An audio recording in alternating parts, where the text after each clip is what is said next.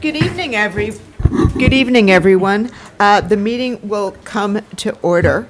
So, Madam Clerk, would you please read the adequate notice of compliance statement? Adequate notice of this meeting has been provided by the City Clerk's office in preparation of the council annual meeting notice dated December 17, 2025, which was properly distributed and posted per statutory requirements.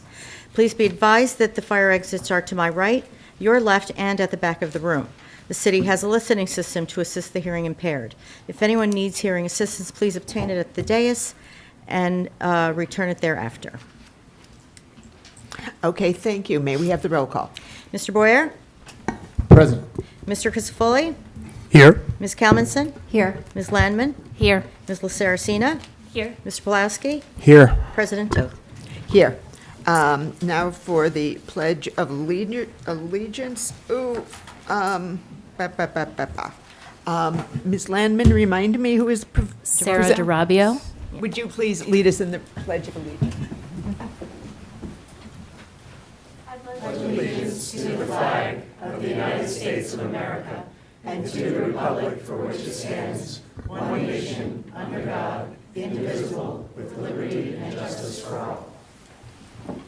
Thank you. Madam Clerk, would you please read the explanatory note regarding closed session and the explanatory note regarding hearings and comments? A closed session meeting, as authorized by state statute, was announced and held prior to the start of this meeting, and the known items for discussion were listed on the published closed session agenda. Please be advised that council meetings are broadcast live on Comcast channels 34 and 36 and Verizon channel 30, and rebroadcast on Thursdays and Saturdays on HTTV on Comcast 36 and Verizon 33. When invited to speak, please come to the lectern, clearly state your name and address, spell your last name, and speak into the podium microphone so that your comments can be understood by all and properly recorded. Whenever an audience or council member reads from a prepared statement, please give or email a copy to the city clerk's office at cityclerk@cityofsummit.org. To help facilitate an orderly meeting and to permit all to be heard, please limit your comments to no more than 3 minutes in length. Unless you are using an electronic device to follow the meeting agenda or need it for professional emergency contact purposes, please turn it off. Thank you. Thank you. I'm going to expand a bit on the city clerk's note about hearing and comments. This will facilitate a smoother process, particularly for those watching remotely. And if you're seated in the first 2 rows, please remain silent.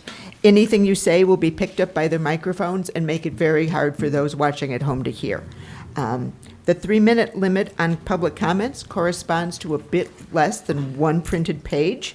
If you're leaving written remarks, please put your name on them and place them in the box near the lectern when you are done. That's right in front of our city housing attorney, Nancy Holm. With that, let's move on to the city's business. We do not have any minutes yet to approve, so we can go straight to the reports. Madam Mayor. Thank you. Good evening, everyone. Thank you for being here. First, I'd like to begin by recognizing our incredible DPW crews who once again battled another snowstorm last week.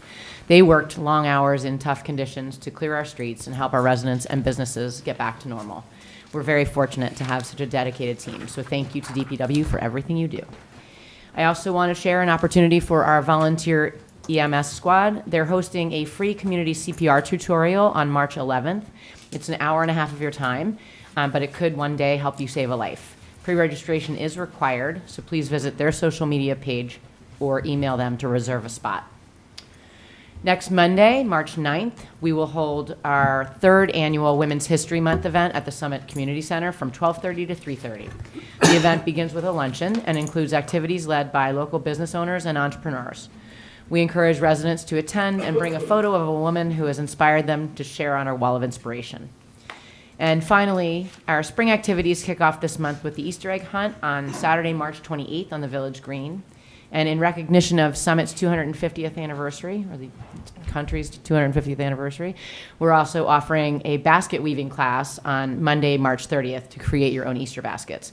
You can find registration information for those events and more at summitcommunityprograms.com. Hope to see you at the upcoming events. Thank you. Thank you. And now on to Tammy Baldwin for the City Administrator's Report. Administrator Baldwin. Thank you, Council President. Good evening, everyone. I have a couple of announcements. The first is our summer internship program. It is back for 2026, and we're accepting applications now through March 27th. This year's program will be held from June 1st through June 26th, with interns required to work 24 hours a week, Monday through Thursday, for 4 weeks. These positions are paid. The rate is $16 per hour, which we are very happy to be able to continue to offer to our interns. The program is open to Summit residents. We are seeking college students majoring in political science, public administration, human resources management, finance, or communications. We encourage you to apply, as it's an exciting opportunity to work closely with city staff members and be directly involved in several important municipal projects. Again, the application deadline is March 27th, and you can apply online at cityofsummit.org/internship. A reminder about the Hometown Heroes program. The application deadline for that program is March 31st. This will be the 9th year for this awesome program that displays banners with the names, images, and dates of service of active military veterans on city streets from mid-May through mid-August. Please visit our website at cityofsummit.org/hometownheroes to access the application and additional program details. And lastly, the Summit Free Market March events will be held on Saturday, March 14th from 8 to 3, and Friday, March 27th from 12 to 2 at the transfer station. Summit residents with a parking disposal permit can attend and browse donated items and take what they want for free and drop off items. Please review the donation guidelines on our website at cityofsummit.org/free market before bringing the items to donate. And that completes my report. Thank you. Thank you, City Administrator. And my president's report will be fairly brief because the mayor has already called out the DPW for the awesome work they did last week, excuse me. And once we were dug out, the mayor and members of council held 2 listening sessions at the community center. And these are just a great way to talk face-to-face between council and residents. Sometimes residents even get an immediate answer to their questions. Residents expressed some concerns about the affordable housing plan last week, but we also discussed snow clearance, parking, infrastructure. We'll be holding more of these listening sessions as the year progresses, so please join us when you're able.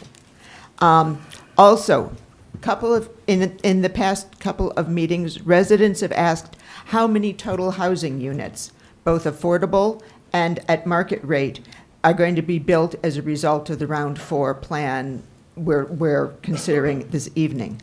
There is no guarantee, but the city land use manager and I put our heads together and came up with about 528 new units of housing in the next 10 years. And to put that number in context, it's about 8% of Summit's current housing stock. We're going to put that schedule up on the city website. We're going to break it out by address. We're going to label the elementary schools that each address is associated with, so you'll have a better sense, and stay tuned for that. But let us move on to our historical minute. Councilmember Landman. Thank you, Council President. I'd like to invite Sarah DeRabio to come to the podium to present the historical minute.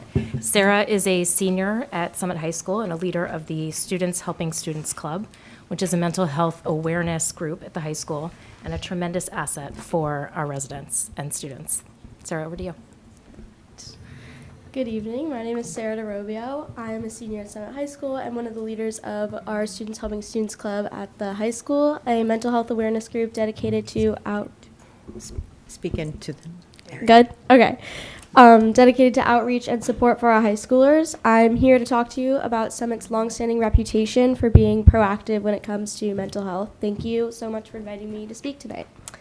Summit's strides in mental health began with community organizing and building its own local safety nets. The Overlook Medical Center provided a clinical anchor for Summit, ensuring that Summit residents had immediate local access to psychiatric care. Founded in 1916, the Overlook Auxiliary has raised over $21 million for hospital upgrades, focusing heavily on patient comfort and behavioral health. For decades, organizations like Sage Elder Care, founded in 1954, recorded that mental health was intrinsic to aging well, providing early support for cognitive health and caregiver stress. The Connection and YMCA evolved from fitness centers into wellness centers, offering support groups and stress reduction workshops long before they were mainstream. In the last decade, Summit accelerated its efforts to meeting rising levels of anxiety and depression. Community events aiming to stomp out the stigma, normalize the conversation around mental health, making a point of civic pride rather than a private hurdle. Summit Public Schools has historically been at the forefront of the whole child approach. Our district has recognized early on that academic excellence for students is impossible without emotional stability. The Summit Educational Foundation has funded dozens of grants specifically for mental health initiatives, from mindfulness corners in elementary schools to district-wide parent education series on social media. In our schools, student-led clubs such as the Students Helping Students, or the SHS Club for short, have played a meaningful role in shifting school culture and reshaping how we talk about mental health. Founded in 2018, the SHS Club was created to empower students to advocate for their own mental health needs while also working to destigmatize mental health challenges within our school community. The club promotes mindfulness and holistic support while providing a safe, non-judgmental space for peer-to-peer conversation. Student leaders who have been carefully selected due to their passion for mental health awareness and inclusivity organize wellness and mindfulness initiatives throughout the school community. Our memorable and look-forward activities throughout the year include our Chat and Choose, our Friendsgiving lunch, and our butterfly release ceremony that we host at the end of the year. And of course, we have occasional slime making days that a lot of students look forward to. Over the years, the SHS Club has benefited from the guidance of dedicated staff advisors, including founder Mrs. Amy Herber and school counselors Ms. Milano and Ms. Galasso. Maintaining leadership within the counseling department has strengthened the club by providing additional mental health support and education for our students. As you've heard tonight, our community's history includes a robust public infrastructure of support in both civic and educational sectors. By fostering open dialogue and promoting understanding, we can help reduce the stigma and encourage people to prioritize their well-being in Summit. Ultimately, our town's legacy will be defined by the understanding that a community is only as strong as our collective well-being. Thank you. Thank you.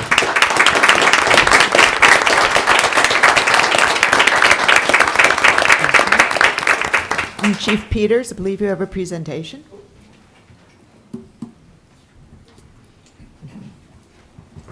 Thank you. Through you, Council President. We're going to skip over Officer Quietex Officer of the Year, just because we weren't sure how long the zoning meeting would go, but I do have a recognition. I'd like to take a moment to recognize the distinguished service of our recently departed Summit Municipal Prosecutor, Michael Mitzner. Throughout his 25-plus year tenure with the City of Summit, Mr. Mitzner demonstrated an unwavering commitment to justice, professionalism, and the fair application of the law.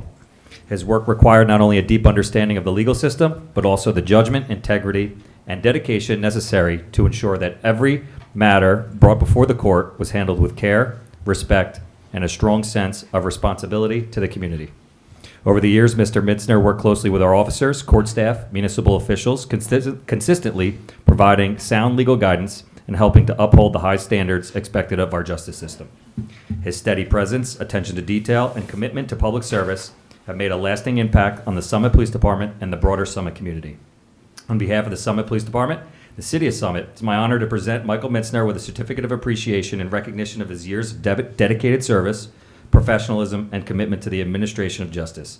We thank him for his contributions and wish him the very best in his well-earned retirement from the city. Unfortunately, Mr. Mitzner cannot be here tonight to receive this honor. However, we have been in touch, and we'll make sure he receives his parting gifts as well as his certificate. Thank you. Thank you very much.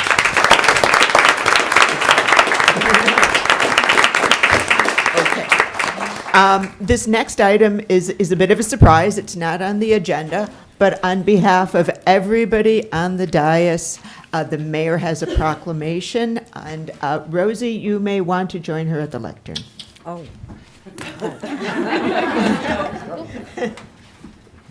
My goodness.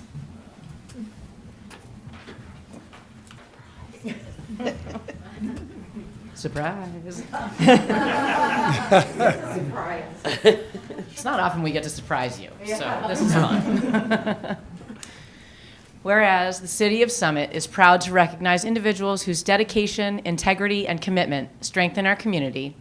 And whereas Rosalia Licatis, City Clerk of the City of Summit, has faithfully served the City of Summit for 35 years, and whereas Clerk Licatis has led the office of the City Clerk for the past 11 years, engaging with and connecting community members to staff and supporting the work of the elected officials, and whereas under Clerk Licatis' leadership, the office of the City Clerk operates with excellence, enriched by her institutional knowledge and genuine passion for her work.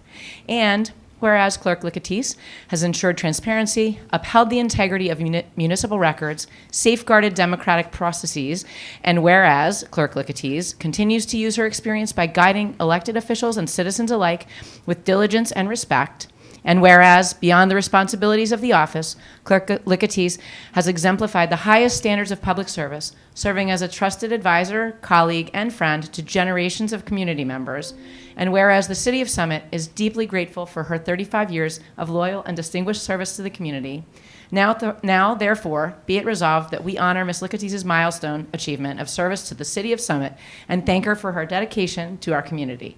Now, therefore, I, Mayor Elizabeth Fagan, encourage all members of the community to join us in celebrating this remarkable milestone and in expressing gratitude for a career devoted to excellence in public service.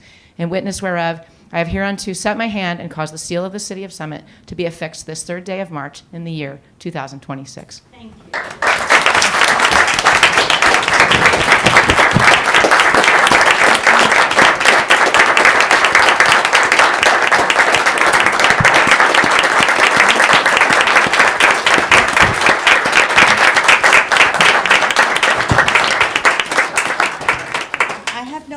I'm just stunned. I'm not usually without words, but thank you all so much. You know, I grew up in this town. I love this town dearly, and I just love being the clerk in Summit. And I hope I make you all proud. That's all.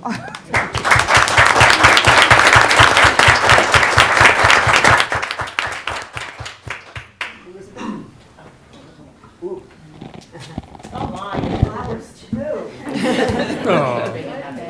Thank you.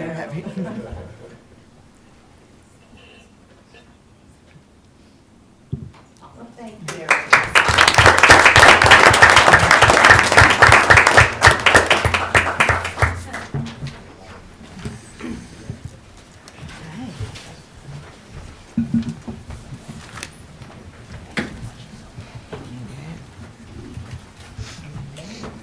I know, I'll get back to work.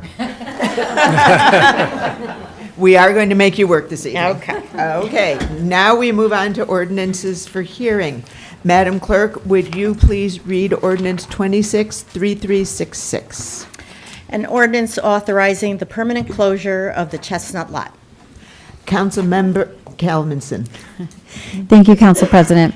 This is ordinance ID 263366, and it authorizes the permanent closure of the Chestnut parking lot. The firehouse property has been sold, and the Chestnut parking lot is part of that property. Once the sale is finalized, the city will no longer own this property and therefore cannot use it for permit parking. I move to open the hearing on this ordinance. Second.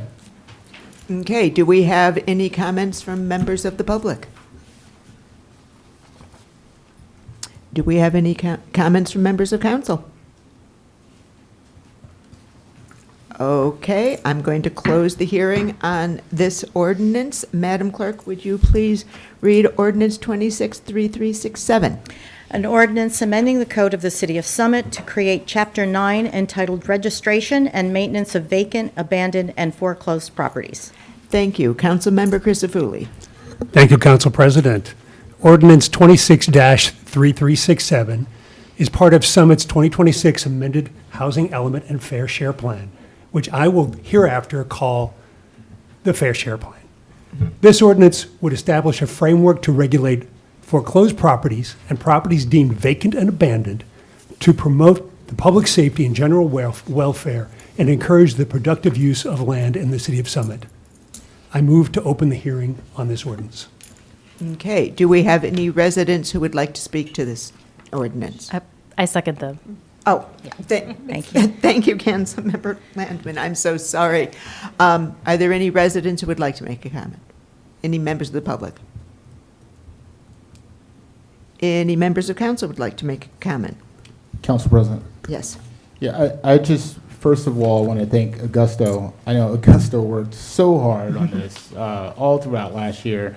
And this is a great plan. It follows with our affordable housing plan.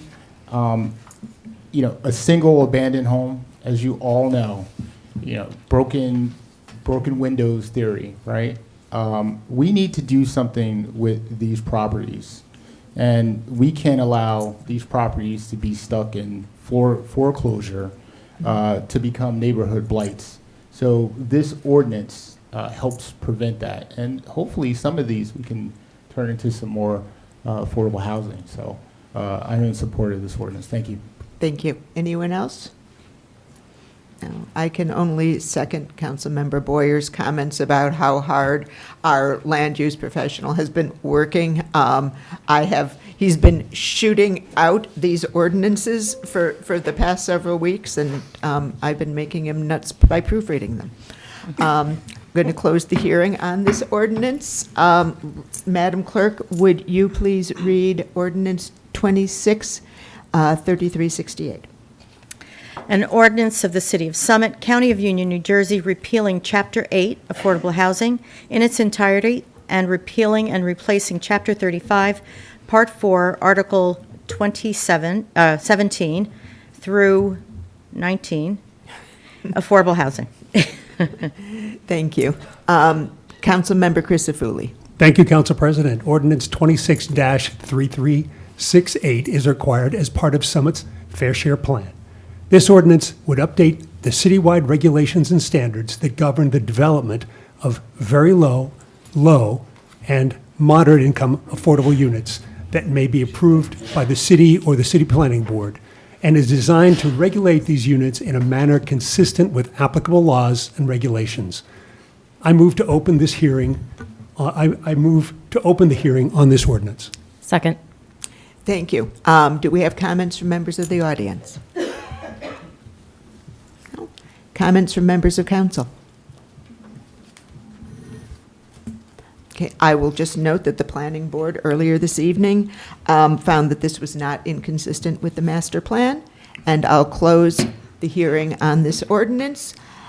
Madam Clerk, let's move on to 26-3369, if you would please read that one. Ordinance of the City of Summit, County of Union, New Jersey, amending Chapter 35, Development Regulations by amending the existing OL1 and OL4 overlay zones, creating new OL2A and OL2B overlay zones to replace the existing OL2 zone, and amending overlay zones OL1 through OL6 to increase the required minimum affordable housing set-asides to 20% to address a portion of the city's affordable housing obligations.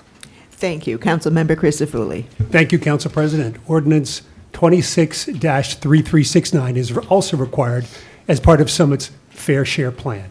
This ordinance would amend existing overlay zones and create new ones to address a portion of the city's affordable housing obligations.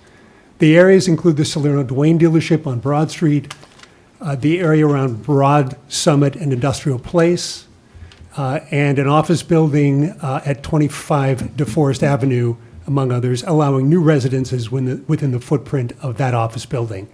Earlier this evening, the Planning Board found that this ordinance was not inconsistent with the master plan.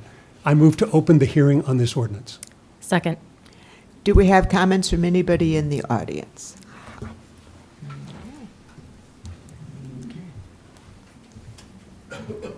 I'd like some clarification. Diego Hoyk, Argyle Court. Thank Sorry. you, sir. I'd like some clarification as to these overlay zones. It's my impression that when in June the city filed a plan, they were included as part of a round 4 plan, and that since then they had to be added to our round 3. They could not be counted to our round 4. And I would like to understand, why did we include them in round 4 in June, and why are they now part of the round 3 settlement? Thank you. Okay. Any other comments from members of the audience? No. Do we have any comments from comments, questions from members of council? Yes, Councilmember Pulowski. Are our professionals going to answer? Yes, I just wanted to be sure that we didn't have other questions from council. No? Okay. Nancy, Tom, you want to take a crack at it? I will do my best, and I understand the question.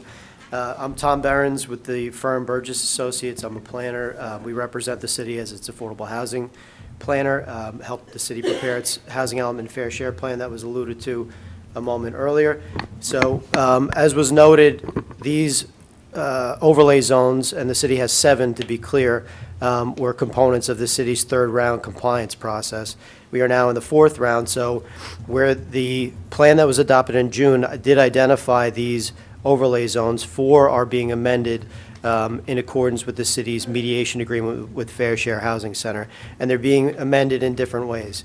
And I'll step back and say that they're all being amended such that they will require a minimum 20% affordable housing requirement. But again, beginning with overlay zone 1, which is the Salerno Duane Auto Dealership on Broad Street, the only zoning change that is being proposed is an increase in density up to 30 units per acre. And again, that was a component of the mediation agreement with Fair Share Housing Center. Pertaining to overlay zone 2, that references the area on Broad Street, Summit Ave, and Industrial Place, which will essentially be divided into 2 different sub-districts almost, where the corner assemblage, which is the Summit Forge Auto Body, the Conoco Gas Station, and TD Bank properties, would have a higher development or zoning framework that would allow for up to 4 stories and 30 units per acre, consistent with the city's existing MBC zone. And the properties that flank that site would have a lower density of 15 units per acre as they facilitate a transition into adjacent residential properties. The OL4 zone basically encompasses the CRBD, and the only zone change there would be to increase the density up to 20 units per acre. And then finally, we have the OL5 zone, which is 25 DeForest Avenue, which modifies that zone such that if any residential development occurs, it must happen within the footprint of the existing office building, where that building could be converted or a new residential building could be developed in place, again, of that specific office building. So where originally in June, we didn't think we had to necessarily modify these, the 4th round legislation requires that there be some form of a look back and you see what zones were working, what should be modified. So there were 3 overlay zones that were not impacted at all. And it was just these 4 overlay zones that are being amended in the manner that I just described. And again, it's in accordance with the city settlement agreement with Fair Share Housing Center. And also, just to clarify, the round 3 and prior round number was adjusted down due to lack of vacant land, which is why the overlay zones were added in the first place. Because if anyone was here for the planning board meeting, when you adjust your number downward, that the remainder does not go away. You just have to find mechanisms that will help as the city develops and redevelops, that you capture affordable housing. So anything that was agreed to in round 3 has to remain, because there is no vacant land analysis or adjustment now for the round 4 obligation. It remains in the round 3 just as it was with these amendments that Tom just described. So hopefully that clarifies it and doesn't make it more confusing. So. Thank you. Then we'll close the hearing on that. Madam Clerk, can we move on to ordinance 263370? Ordinance of the City of Summit, County of Union, New Jersey, amending Chapter 35 Development Regulations by creating a new AH1 Affordable Housing 1 zone to facilitate mixed-use development of Block 4008, lots 8, 9, and 11. Thank you. Councilmember Crisafulli. Thank you, Council President. Ordinance 26-3370 is required as part of Summit's Fair Share Plan. This ordinance would create a new zone for affordable housing to facilitate Harmon Holdings' mixed-use development around Denman Place and Broad Street. Earlier this evening, the Planning Board determined this ordinance is not inconsistent with the master plan. I move to open the hearing on this ordinance. Second. Thank you. Do we have any comments from members of the audience? Do we have any comments from members of council? Okay, I'm going to close the hearing on this one. Madam Clerk, would you please read the ordinance 263371? Ordinance of the City of Summit, County of Union, New Jersey, amending Chapter 35 Development Regulations by creating a new AH2 Affordable Housing 2 zone to facilitate 100% affordable senior housing development on Block 1911, Lot 5. Thank you. Councilmember Christofouli. Thank you, Council President. Ordinance 26-3371 is also required as part of Summit's Fair Share Plan and would create a new affordable housing zone to facilitate 100% affordable senior housing development on the Methodist Church property under Forest Avenue, converting a chapel to 12 senior affordable units.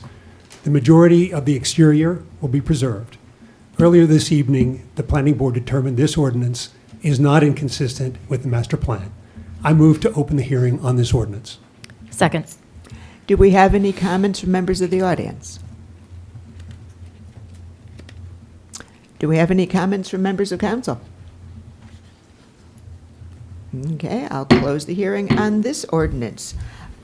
Moving right along, Madam Clerk, would you please read ordinance 263372? Ordinance of the City of Summit, County of Union, New Jersey, amending Chapter 35 Development Regulations by creating new AH3A and AH3B affordable housing zones to facilitate inclusionary development on Block 102, Lot 1, and Block 101, Lot 3. Thank you. Councilmember Christofouli. Thank you, Council President. Ordinance 26-3372 is required as part of Summit's Fair Share Plan and would create new affordable housing zones to facilitate inclusionary development at 180 and 190 River Road. And according to a comment we received in the Planning Board, I also think in terms of street addresses, not blocks and lot numbers. So I will try to use the actual reference point that we as residents use. Earlier this evening, the Planning Board determined this ordinance is not inconsistent with the master plan. I move to open the hearing on this ordinance. Second. Thank you. Do we have any comments from members of the audience? Do we have any comments from members of council? Okay, I'm going to close the hearing on this ordinance. We're almost there, Madam Clerk. Would you please read ordinance 263373? Ordinance of the City of Summit, County of Union, New Jersey, amending Chapter 35 Development Regulations by creating a new TH3 Townhouse 3 zone to promote inclusionary townhouse development on Block 3401, lots 7 through 20. Councilmember Christofouli. Thank you very much, Council President. Ordinance 26-3373 is required as part of Summit's Fair Share Plan and would create a new zone to promote inclusionary townhouse development along the south side of Franklin Place. Earlier this evening, the Planning Board determined this ordinance is not inconsistent with the master plan. I move to open the hearing on this ordinance. Second. Thank you. Do we have any comments from members of the audience? Please come forward. Tell us who you are, where you live. My name is Joseph Riella. I live at 10 Kenneth Court in Summit. I own the property, which is Block 3401, Lot 20, commonly known as 8 Franklin Place. So I'm the last lot. It was up on the board before. Two comments. One comment is, I understand I have, believe, the largest lot that's available, and I'm 1.8 acres or so. And I understand the board has decided on 2-acre minimum. It seems kind of strange that there are no 2-acre lots there unless they get combined. The other problem I have is that on February 19th, I received a registered letter, and from speaking from the earlier meeting, I understand this could indeed even pass tonight. I didn't have a chance to speak with my attorney about it. It's only been 12 days. I haven't even had this for 12 days. It came, I believe, the day after. I don't believe I had enough time to look at it, research it, have my attorney look at it. I don't think it should pass tonight because I've only had 12 days. I think I should be allotted more time, and again, I think it's quite curious that it's a 2-acre minimum, while I hold the largest lot, which is 1.8. Thank you. Thank you. Do we have any other comments from members of the public? Yes. I'm Inge Kinget. I live at 11 Franklin Place. Mm-hmm. Yeah, we have concerns about this event, about this issue. But I also want to address this issue because his lot is number 20. We were here in 2023, which is not that long ago, and we opposed lot number 19 to be built on with a two housing issue that they were planning to build, and it got opposed by this same board, probably different members, but almost the same board, and you totally voted unanimously against it. And now we're 3 years later, and now you're not only, because you made it an R10 zone for those lots, and today you're making it into townhouse zoning. So where's the common sense? So Franklin Place, the issue with Franklin Place that we're having, it is close to town, and I totally understand the affordable housing. I totally am 100% for that, resolving that issue. But it's a very narrow street. There's lots of traffic already. And today you're going to you're going to decide on the change of the zoning, but it might not even be for affordable housing. There is anyone can come in and just build on it. I find it a little, I don't know, I'm quite upset about the way you went about this. We got the notice, it's dated February 18th. I got it in the mail on February 22nd. Today is March 3rd, and you're going to decide on this? Like we not all the neighbors are even aware of this. You kind of, I don't know. And yeah, and then you call it I don't know. It's been very unpleasant the way this has been handled. Thank you. Thank you. Are there any other comments? Hi, Regina Calcagno, 21 Franklin Place. Coming in a little late on this, but just asking if traffic studies have been done there to add more density there would be probably a huge mistake considering that bend from Franklin to Hobart, and it's already a major cut through, and then the bend, there's going to be an accident there very soon. It's a crazy bend, and people come flying down it, and if there haven't been any traffic studies done, there should be. Thank you. Thank you.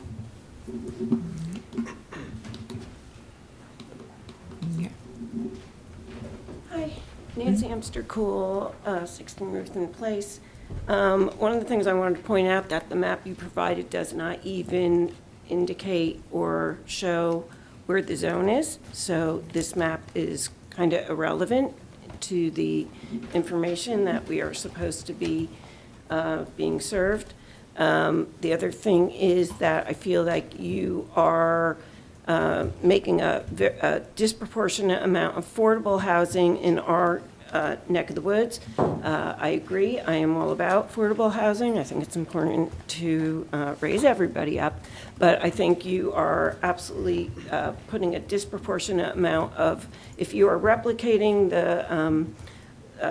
the complex that is already in our neighborhood to replicate it on the other side, that is disproportionate and not really equitable to our neighborhood.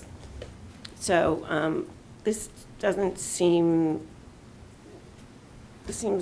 not appropriate for a legal document to not include the actual map. Thank you. Thank you for your comments. Yes.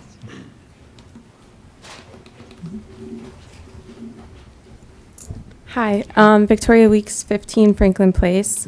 I grew up on Franklin Place, and I'm looking to raise my family on Franklin Place. I've seen how much Summit has grown over 20 years, and how that road was not as busy to now where it is a cut through. We have students going to an after-school program. There's nothing being done for them running across the street while people are coming 50 miles an hour down and hitting the brick wall. So adding more units seems concerning because you're adding at least 70 more cars on that. And then the, sorry, 1 second. You mentioned something about if the plan doesn't go through by 2028, I believe June 2028, what does that look like? Is this all collectively a plan? And then what does that look like? Is the judge still involved in the 2028 if it doesn't go through, the 14 units do not get through? Does the judge still have a say in possibly rezoning the Townhome 3? And you said something about the school systems that you're going to get into later. Is there a plan for adding 528 units throughout the town and adding a lot more people? What are we going to do with the school system and the people that are coming in, if there's a plan or not? Thank you. Thank you. Do we have other comments from members of the audience? Yes.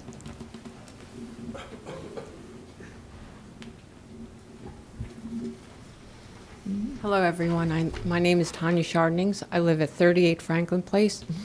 My uncle owns the house. He has owned the house for 50 years. He built that house with my father. My question is, he lives at 38, which abuts Timmy's, I don't know, 34. That property has been his, well, Ziggy's, for the last 50 years. He wants to will it, and we're to inherit it. He doesn't want to give it up. Since I've lived there for the last 6 years, I agree with everyone with the traffic. It's unsafe. That area is not well monitored at all. There are people driving down that road, cut-through roads. I have a 70-pound Labradoodle that is licensed. Just like, no, I don't want to hear anything. When I walk them just across the street to go at Ruthaven, people are flying down that road. They're flying through Franklin Place. Directly across, we have a school. Nobody monitors those children. There's no stop signs in front of that school. There's only a stop sign at Ruthaven. That's it. I just don't think it's fair to all of the residents on that street. It's a big exposure. It's dangerous. And what about all the little kids that walk around? What about all the people that just moved into those neighborhoods?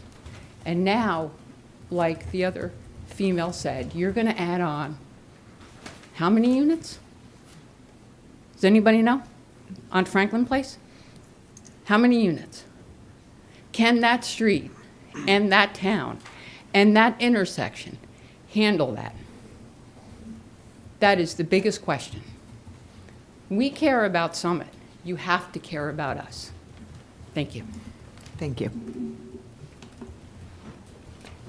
Do we have other? Yes. Hi, my name is Lauren Woods. I live on 12 Hobart, just around the bend. That has been alluded to by many members here. There have been multiple collisions in the fence of that woman's property. She has had to put up large metal concrete stanchions to prevent cars from coming around the bend and plowing into her front yard. I pull out of my driveway every day. I'm just 2 houses off the corner with my heart beating because I don't have a car that beeps and tells me cars are coming around. And they come very rapidly and pulling out of my driveway. And my neighbors who are on the corner of Hobart and Franklin have an even bigger problem. I think the volume of traffic can't even sustain the amount of cars going back and forth, up and down. Hospital uses that as a through thorough through, people coming off of Route 24, and I really have a lot of concerns about that kind of density in such a congested area where there is a lot of activity. It is not a quiet section of the neighborhood. It's a very robust and active part of the neighborhood. Thank you. Anybody else? Do we have comments, questions from members of council? No? Do our profession, you were taking notes? There anything you're prepared to say? I will address the question about 2028. I believe I'm sorry, the woman that spoke, it's 2030 is the midpoint review, and that is where the Franklin Place development will be reevaluated according to our settlement agreement with Fair Share Housing Center. So at that point, if it has not developed in a certain way, someone could object to that part of our plan, and either the city can elect to keep it there, or it can elect to change it. At the midpoint review, I want to stress that. So, do you have planning things you want to? Yeah, I could address some of the site-specific and development questions. And before I get into the actual zoning, one thing that became pretty clear at the planning board discussion for this ordinance was that there may be some legitimate traffic concerns independent of the site being developed. And I think that's something maybe the council will want to take into consideration, whether there might be any traffic calming measures that could be implemented, and that might be forwarded to the engineering department. So I think that could be done whether or not this site ever gets developed or this ordinance passes. So, and hopefully that would be a step toward maybe alleviating some of those concerns. Again, that might not necessarily be site or development specific. So I would note that, well, I'll go one at a time to try to address the individual residents' concerns, which I understand. The one question pertained to the minimum lot area requirement. So planning and zoning, the way it works is, it looks at what's there, but it's also planning for the future, right? So the intent of the zone is to encourage the assemblage of those lots, which are otherwise developed with different uses sort of in a piecemeal fashion, such that you would need a 2-acre minimum in order to develop in accordance with this new zoning. So I understand there may be cases where an applicant might not meet that 2-acre threshold, and they do have options. It doesn't mean you can't do anything with your land. You would still be able to go to the Zoning Board of Adjustment for either a townhouse development or another type of development, whether it's a single-family home or otherwise. You could still go to the Planning Board with the townhouse proposal for which might require C variance from the lot area requirement. But again, could be developed as of right if it meets the 2-acre minimum threshold. That is sort of the intent. I would note that of the 14 or so parcels, there are few, if any, that actually meet the existing R5 zone requirements.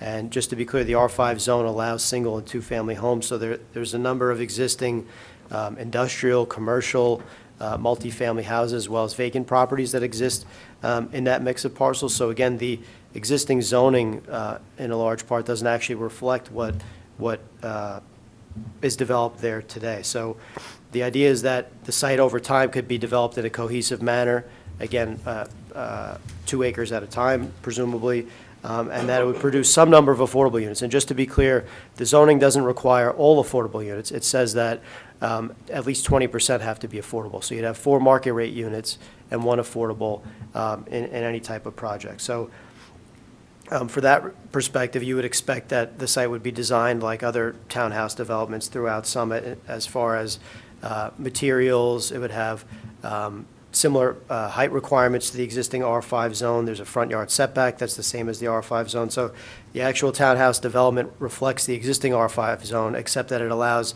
attached single-family housing. That's what townhouse development's referred to. So as opposed to having detached single-family housing, this would be attached. And when we talk about the number of units that could be developed there, I think it's important to note that the R5 zone already allows 5,000 square foot lots. So when you divide 5,000 square feet by an acre, which is 43,560 square feet, you're almost at 9 units per acre. You're at 8 units per acre and change. This ordinance would only allow up to 10 units per acre. So I would just note that that's not from my perspective, a substantial increase, and that a lot of the properties there are already developed in some manner. Again, some residential, some non-residential, with some truck traffic. So as that area would get developed over time, I would just anticipate, while I'm not a traffic engineer, that it would not be overwhelmed from a traffic perspective if this site were to be developed in accordance with the townhouse ordinance. Just moving along the different comments, there was reference to a prior zoning board application. I'm familiar with that application. I would note that there were some site-specific issues with that, in particular that it was a long, narrow lot, and that simply didn't fit in with the configuration of the zoning at that time. And that, again, if properties were developed in accordance with this new ordinance framework, there would be substantial buffering, there would be ample setbacks, coverage requirements, and on-site parking that would be tucked away in the rear of the property. So I think the issue with the proposal on Lot 19 was that it was perceived to be shoehorning too much in, where, again, this would have generous setbacks and intended to fit the neighborhood, frankly. Bear with me while I move along. You addressed the compliance deadlines. And we addressed traffic. So I think I hit on most of the questions from my perspective. So I hope that's satisfactory. Okay. Thank you. And the only thing I'll add is we said at the last meeting, council will be putting together a task force with representatives from all of the most affected neighborhoods in town that will be looking at things like traffic, infrastructure, schools, to provide input on how to implement all of this. So there will be plenty of opportunities for voices to be heard. Yes, Mayor? Yeah. I think somebody brought up plans for new students in the school system, and I just want to make sure that everybody here understands that this is a plan to sort of facilitate the construction of affordable housing, right? It gives developers the ability to come and do that. That doesn't mean it's going to happen tomorrow, and that doesn't mean that there are going to be 3,000 new children in our schools overnight, okay? So that I just want everybody to be clear on that. Is that a fair statement? Yes. Well, I would add to that, right? So it's a state requirement, right? It's not Summit saying we need more housing, right? And we came up with a plan that tried to manage the requirements in a way where we achieve compliance, but also minimize impacts to the community. So if we were to satisfy the obligation that the state gave the city, which was 345 new affordable units just for this 10-year period, if we did all of that in that mixed market rate affordable product, we'd have a total of 1,700 units, more than that. So we're able to manage it in a way where it's less than a third of that, while meeting the state compliance requirements and preserving immunity and the city's zoning moving forward. Well, thank you. And Council President, there was a comment about the notices that were sent out. They were all sent out by the city in accordance with the law. Yeah. And we are dealing with a law with very tight deadlines, and we have to meet those deadlines. Correct. Well, I'm going to close the hearing on that ordinance, and then we can move on to ordinances for final consideration. So, Madam Clerk, going back to the beginning, would you please read the title for, I've got to get back to the top of my list, the title for ordinance 26-3366. An ordinance authorizing the permanent closure of the Chestnut Lot. Okay. Thank you, Council President. This is ordinance ID 26-3366, and it authorizes the permanent closure of the Chestnut parking lot. Having closed this hearing on this ordinance moments ago, I move this ordinance for final adoption. So moved. Thank you. Roll call? Mr. Boyer? Aye. Mr. Christofoli? Aye. Ms. Kalmanson? Aye. Ms. Landman? Aye. Ms. Saracina? Aye. Mr. Pulowski? Aye. President Toth. Aye. Thank you. Madam Clerk, would you please read the title for ordinance 26-3367? An ordinance amending the code of the City of Summit to create Chapter 9 entitled Registration and Maintenance of Vacant, Abandoned, and Foreclosed Properties. Thank you. Councilmember Christofouli. Thank you, Council President. For ordinance 26-3367, having closed the hearing on this ordinance just moments ago, I move this ordinance for final adoption. Second. Thank you. Roll call, please. Mr. Boyer? Aye. Mr. Crisafulli? Aye. Ms. Kalmanson? Aye. Ms. Landman? Aye. Ms. Saracena? Aye. Mr. Pulaski? Aye. President Toth. Aye. Thank you. City Clerk, please read the title of ordinance 26-3368. An ordinance of the City of Summit, County of Union, New Jersey, repealing Chapter 8, Affordable Housing in its entirety, and repealing and replacing Chapter 35, Part 4, Article 17 through 19, Affordable Housing. Thank you. Councilmember Crisafulli. Thank you, Council President. For ordinance 26-3368, having closed the hearing on this ordinance just moments ago, I move this ordinance for final adoption. Second. Thank you. Roll call, please. Mr. Boyer? Aye. Mr. Crisafulli? Aye. Ms. Kalmanson? Aye. Ms. Landman? Aye. Ms. Saracena? Aye. Mr. Pulaski? Aye. President Toth. Aye. Thank you. Madam Clerk, please read the title for ordinance 26-3369. Ordinance of the City of Summit, County of Union, New Jersey, amending Chapter 35 Development Regulations by amending the existing OL1 and OL4 overlay zones, creating new OL2A and OL2B overlay zones to replace the existing OL2 zone, and amending overlay zones OL1 through OL6 to increase the required minimum affordable housing set-asides to 20% to address a portion of the city's affordable housing obligations. Thank you. Councilmember Crisafulli. Thank you, Council President. For ordinance 26-3369, having closed the hearing on this ordinance just moments ago, I move this ordinance for final adoption. Second. Thank you. May we have the roll call? Mr. Boyer? Aye. Mr. Crisafulli? Aye. Ms. Kalmanson? Aye. Ms. Landman? Aye. Ms. Saracena? Aye. Mr. Pulaski? Aye. President Toth. Aye. Moving along, Madam Clerk, would you please read the title for ordinance 26-3370? Ordinance of the City of Summit, County of Union, New Jersey, amending Chapter 35 Development Regulations by creating a new AH1 Affordable Housing 1 zone to facilitate mixed-use development of Block 4008, lots 8, 9, and 11. Thank you. Councilmember Crisafulli. Thank you, Council President. For ordinance 26-3370, having closed the hearing on this ordinance just moments ago, I move this ordinance for final adoption. Second. Thank you. Roll call, please. Mr. Boyer? Aye. Mr. Crisafulli? Aye. Ms. Kalmanson? Aye. Ms. Landman? Aye. Ms. Saracena? Aye. Mr. Pulaski? Aye. President Toth. Aye. Let's move on to ordinance 26-3371. Madam Clerk, would you read the title? Ordinance of the City of Summit, County of Union, New Jersey, amending Chapter 35 Development Regulations by creating a new AH2 Affordable Housing 2 zone to facilitate 100% affordable senior housing development on Block 1911, Lot 5. Thank you. Councilmember Crisafulli. Thank you, Council President. For ordinance 26-3371, having closed the hearing on this ordinance just moments ago, I move this ordinance for final adoption. Second. May we have the roll call, please? Mr. Boyer? Aye. Mr. Crisafulli? Aye. Ms. Kalmanson? Aye. Ms. Landman? Aye. Ms. Saracena? Aye. Mr. Pulaski? Aye. President Toth. Aye. And finally, Madam Clerk, please read the title for ordinance 26-3373. This is not the final one, though. We This- have one well- more after that. Oh, It's okay. Two more. Yes. Yeah, we're on 72 right now. I'm sorry. That's okay. I scrolled up too far. That's okay. Then please read the title for ordinance 26-3372. Ordinance of the City of Summit, County of Union, New Jersey, amending Chapter 35 Development Regulations by creating new AH3A and AH3B affordable housing zones to facilitate inclusionary development on Block 102, Lot 1, and Block 101, Lot 3.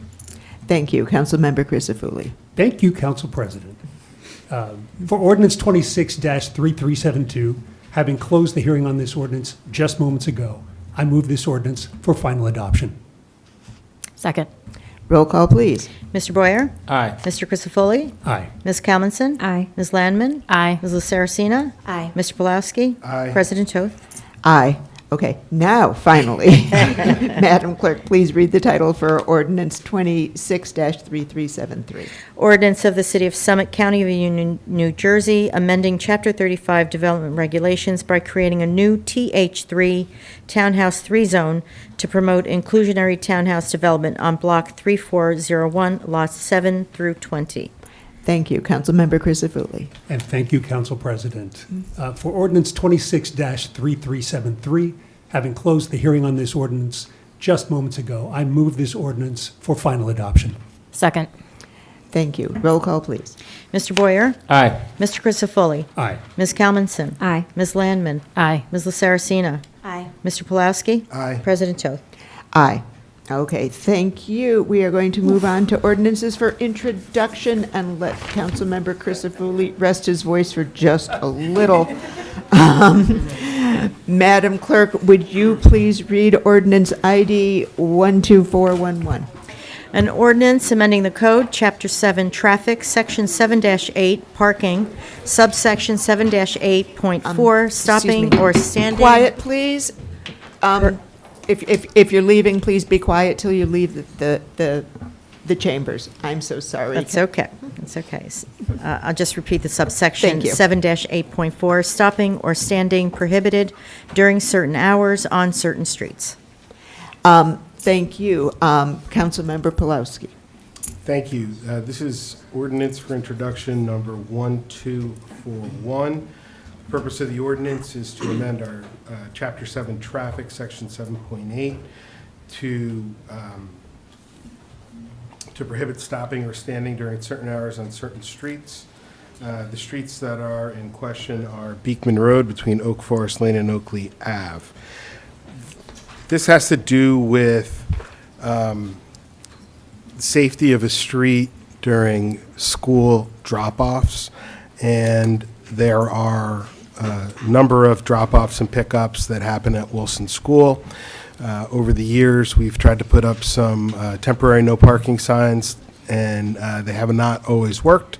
We think this is a good measure to increase the safety there by putting up permanent no stopping or standing signs.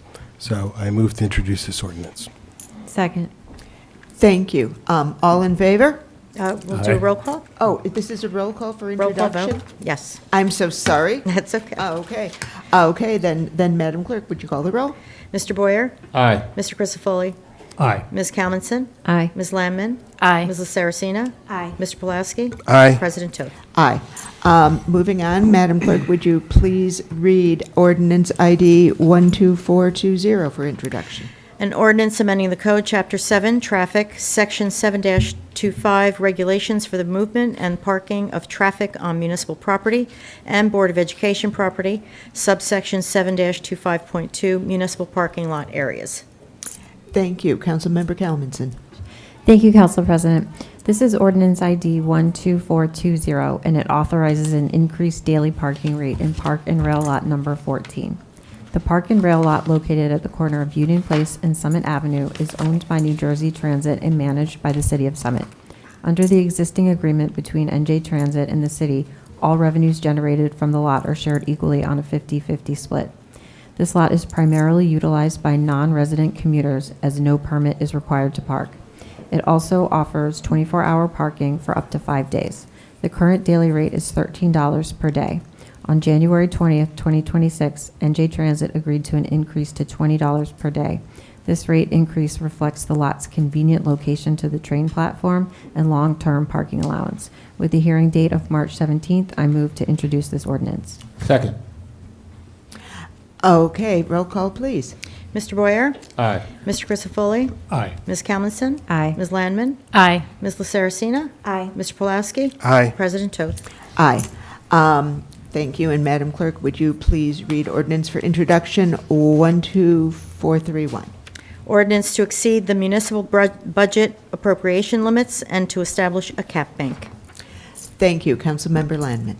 Thank you, Council President. Under New Jersey state law, municipalities can only increase their budgeted appropriations or spending by about 2.5% from the previous year. But the law also says that if the council passes an ordinance, the town can increase the budget by up to 3.5% instead. This type of ordinance is called a cost of living adjustment ordinance because it allows the budget to grow slightly more to keep up with rising costs like inflation. The law also says that if the city does not use the full 3.5% increase this year, we can bank it or save it, the unused amount, and use it in either of the next 2 years. With the hearing date of March 17th, I move to introduce this ordinance. Second. Thank you. May we have a roll call? Mr. Boyer? Aye. Mr. Christopherly? Aye. Ms. Kalmanson? Aye. Ms. Landman? Aye. Ms. Saracena? Aye. Mr. Pulowski? Aye. President Toth. Aye. Thank you. And the hearing for all of these ordinances will be March 17th. Let's move on to resolutions and go back to Councilmember Landman. Thank you, Council President.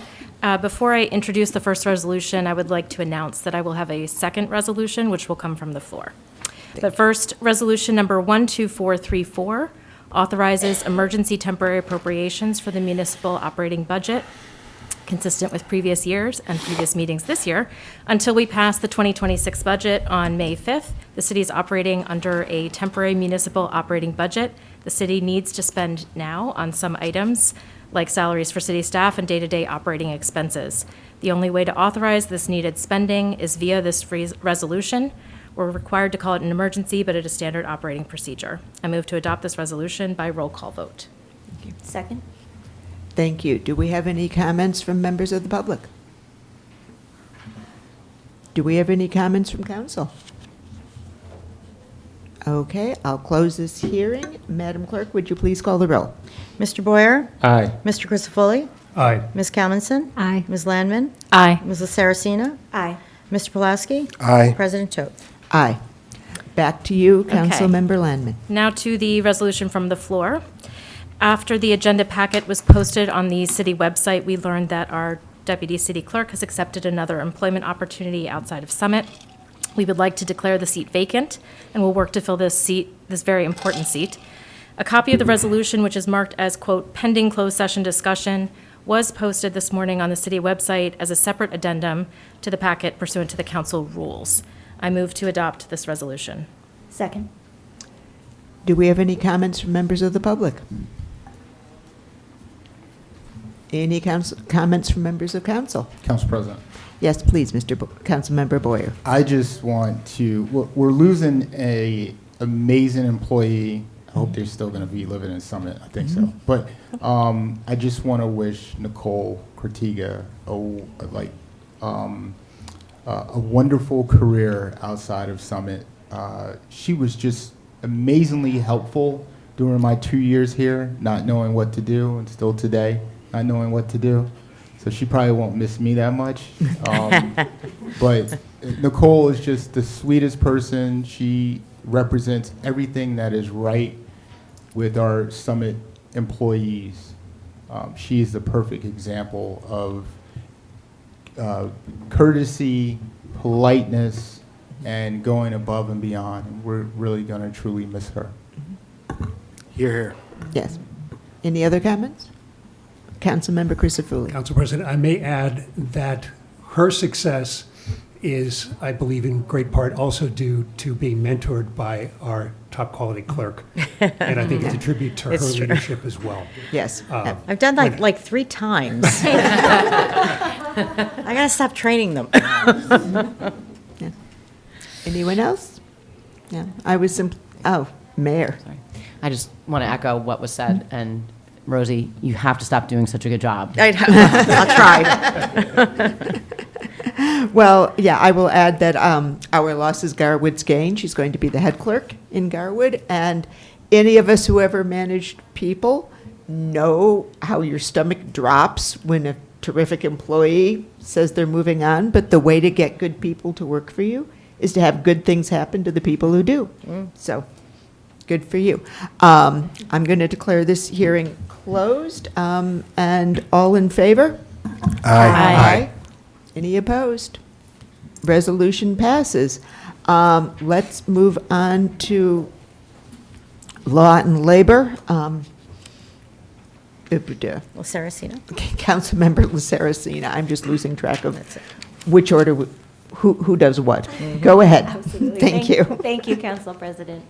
Resolution 12429 relates to the city's defense of the Broad Street West redevelopment project litigation. Our law firm O'Toole Scribo is the city's special litigation counsel for this matter. In December of 2025, several of the plaintiffs' claims were dismissed with prejudice, which means that those plaintiffs cannot bring those same claims back before the court. So we now have a narrowed field of matters that can proceed. We have been pleased with the representation we've been receiving by O'Toole Scribo, We will continue to zealously defend the city's position, and this resolution, if adopted, will enable us to continue our relationship with this law firm by entering into a new professional services agreement. In 2026, the law firm estimates that defense costs will be between the range of $40,000 and $50,000 for the year at a blended hourly rate of $295 per hour. I move to adopt this resolution. Second. Any comments from members of the public? Comments from members of council? Council President. Yes, Councilmember Boyer. I'm just curious, where are we at with how much this lawsuit is totaling now? Did it start in 2023? And then secondly, this is a good example of convincing my son to be a lawyer. $2.95 an hour is pretty nice. But Administrator Baldwin, I'm not trying to put you on the spot, but do you have a range? Like where are we at? $1,500,000? Oh, through you, Council President. No, we are nowhere near $1 million. We're not at $500,000 on that. I can't give you the exact number, but I want to say it's 100 and something. Oh. But I will get that number. I'm sorry. So this is getting into some details for which I've Yes, recused yes, myself. yes, I yes, was I'm just going sorry. to abstain from Yeah, the vote, and we'll that's why call I you didn't back. second it. We'll call you back. Yes, I'm sorry. We're just going to let Councilmember Pulowski leave the room.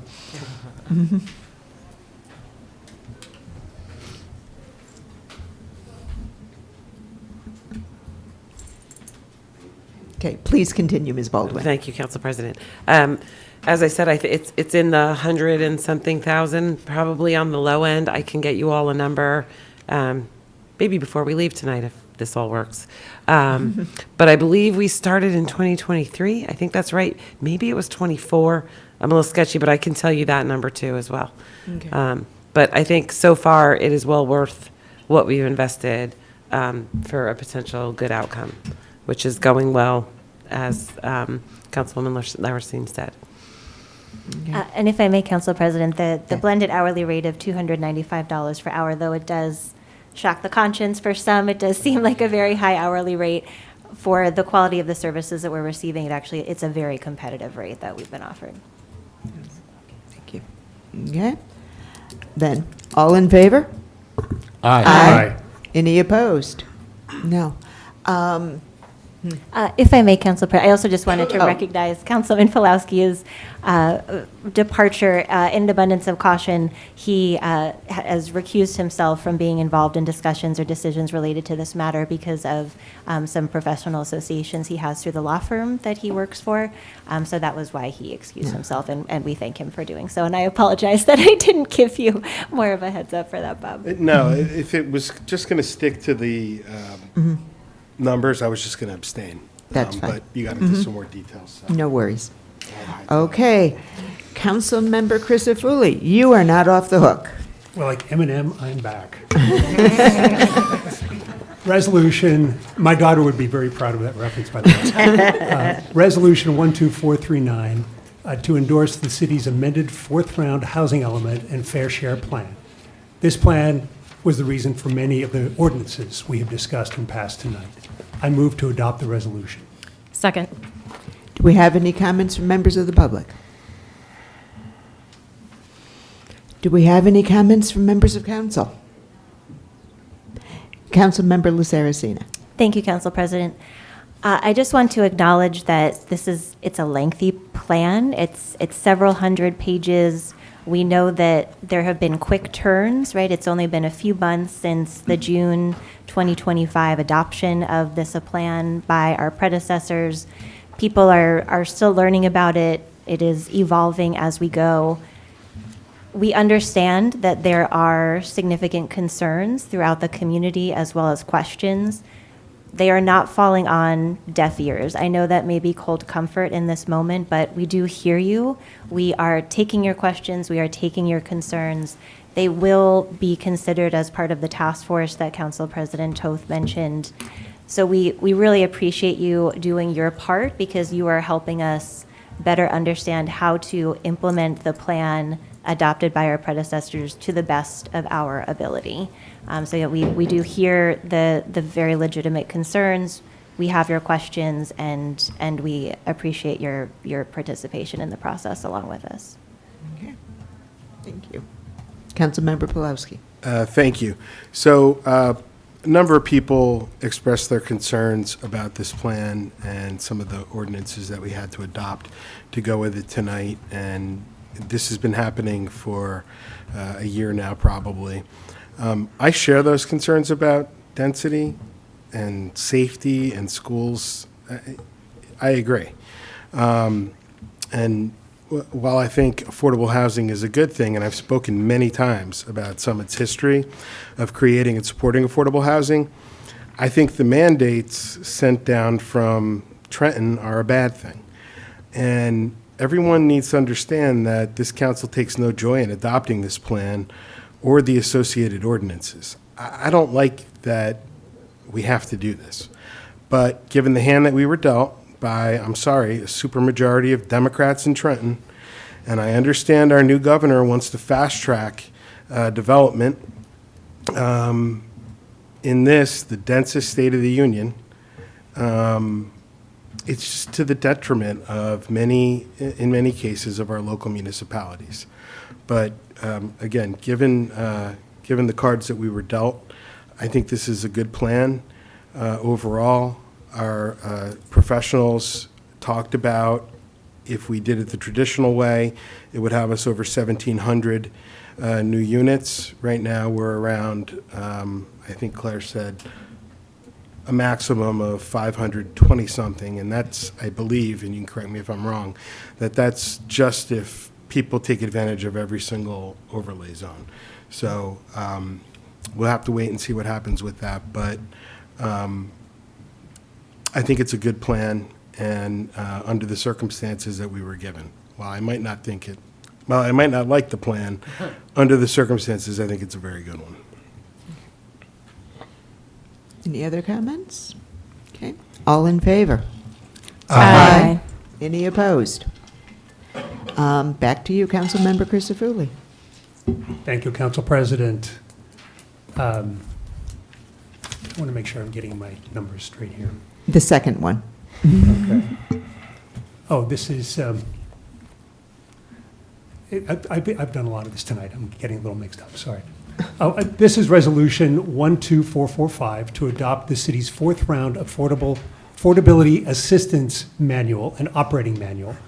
This updated manual reflects the city's revised housing element and fair share plan. I move to adopt the resolution. Second. Do we have any comments from members of the public? Do we have comments from members of council? Okay, all in favor? Aye. Any opposed? Back to you, Councilmember Crisafulli. Thank you, Council President. Resolution 12443 is to adopt an amended fourth round Affordable Housing Trust Fund spending plan and requesting program and court approval of the spending plan. The Affordable Housing Trust Fund currently, as of the end of last year, had a balance of $2.4 million and is financed by development fees plus an anticipated $1 million contribution from Russo Development. I would note that the full amount of funding required to rehabilitate Summit Housing Authority facilities is not included in this plan and will require additional engagement with federal and state agencies to address. Nevertheless, I move to adopt the resolution as it is a required component of our affordable housing plan. Second. Do we have comments from members of the public? Any comments from members of council? Okay, all in favor? Aye. Any opposed? Councilmember Crisafulli. Thank you, Council President. Resolution 12444 is to adopt an affirmative marketing plan under the city's revised housing element and fair share plan. This is to market the units that will be available. I move to adopt the resolution. Second. Any comments from members of the public? Any comments from council? All in favor? Aye. Any opposed? I believe we're going to take a break from you and permit Councilmember LaSaracina to introduce the next resolution. Thank you, Council President. The next resolution is ID 12442. This relates to a first amendment to the settlement agreement entered into with Russo Development LLC. As you may recall, as part of our fourth round affordable housing process, Russo Development brought a challenge. They were one of the challengers, one of three challengers opposing taking issue with the city's fourth round affordable housing plan. Through the process, the city was able to enter into a settlement agreement with Russo Development. We are now, and we are considering entering into a first amendment to that settlement agreement to alter some of the language with respect to the transfer of a parcel of land referred to as Shunpike from Russo to the city. There was a copy of the First Amendment draft that was included in the packet. As this situation is fast evolving, we are going to be editing slightly the language that was included in the packet. So, Council President, I would suggest that we change the language of the resolution to read, "The City of Summit hereby authorizes the mayor to execute the First Amendment to the settlement agreement with Russo Development LLC, comma," and here's where the changed language comes in, "which is in a form substantially similar to that attached here too as Exhibit A and acceptable to the city's affordable housing professionals." With that change, I move to adopt this resolution. Second. Okay, do we have any comments from members of the public?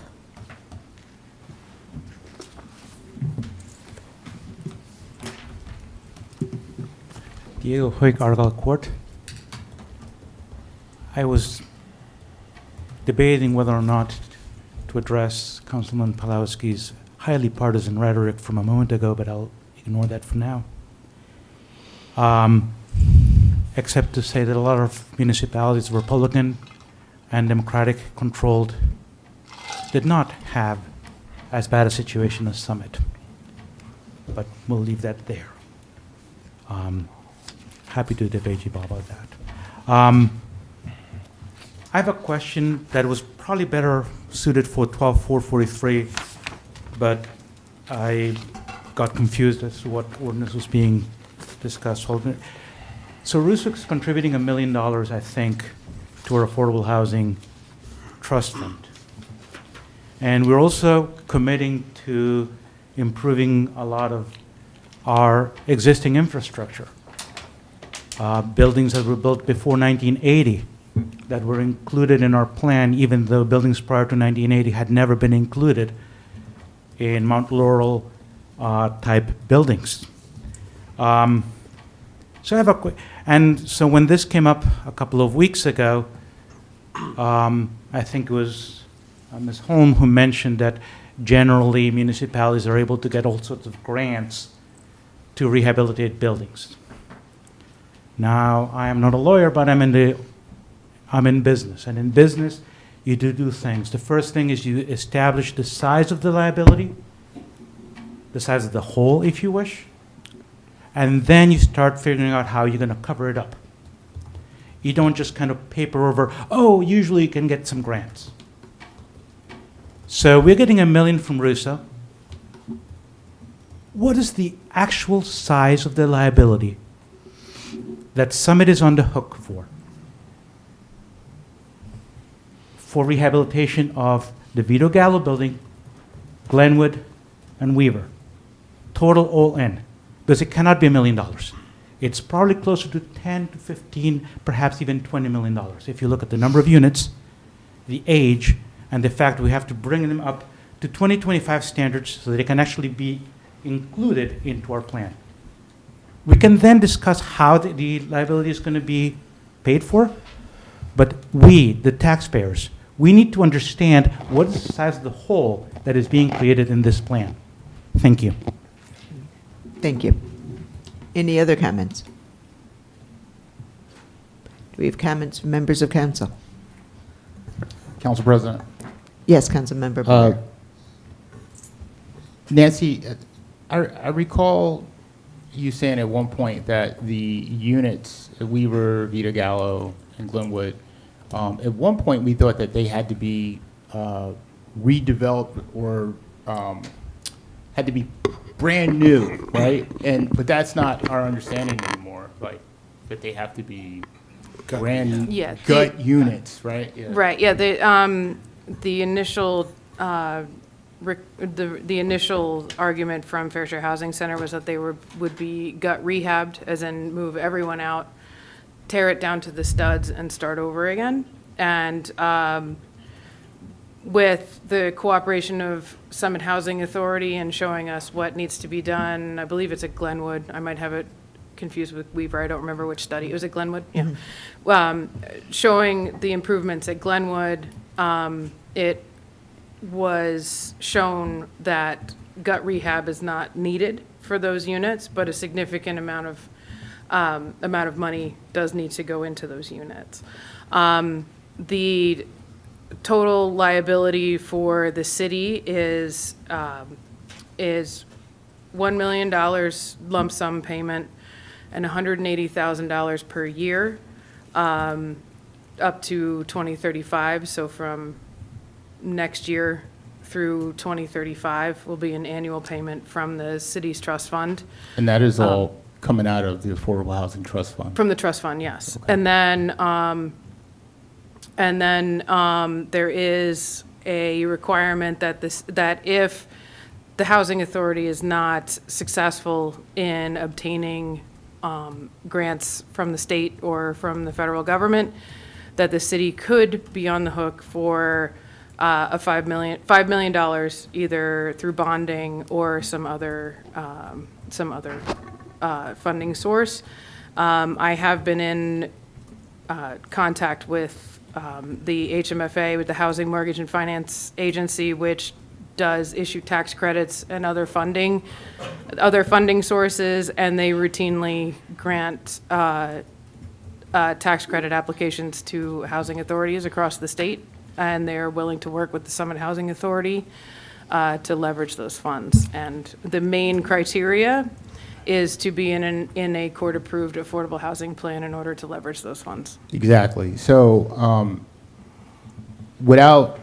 and we've went over this so many times, but I'll play it back for just 1 second. But without these developments, 195 units in our fair share housing plan, if there was $10 million or $10 million grant from the state of New Jersey, they wouldn't even be able to get it. They would have to be in our fair share housing plan.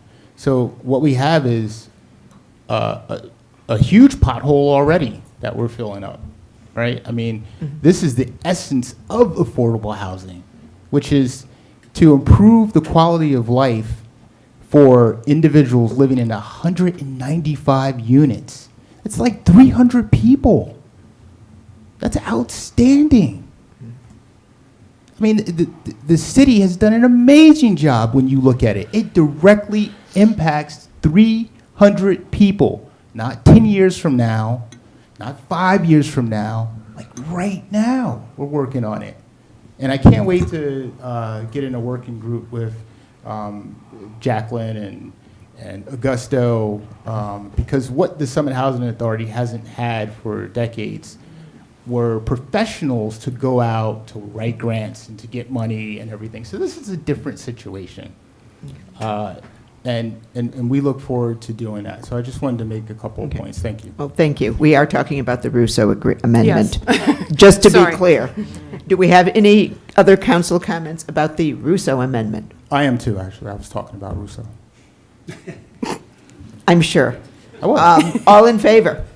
Aye. Aye. Any opposed? Okay, back to you, Councilmember Crisafulli, for resolution number 6. Thank you, Council President.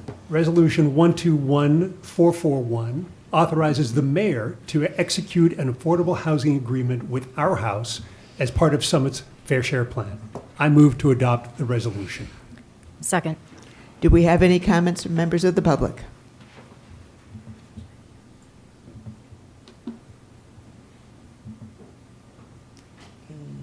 Okay. Do we have any comments from members of council? Yes, Madam Mayor. Thank you.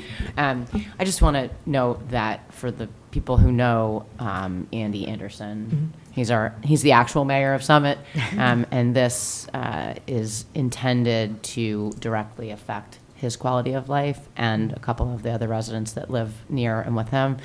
So this is a little bit of a passion project for me, being an adopted Summitite,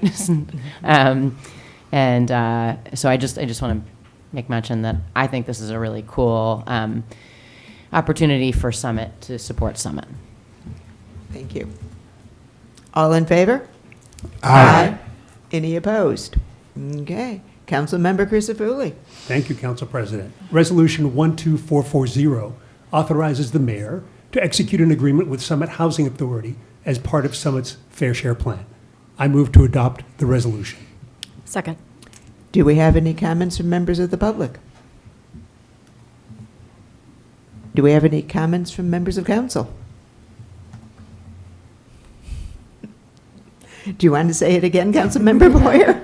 Already did it with Russo, I know. right? With $1 million, so I connected the two, hey.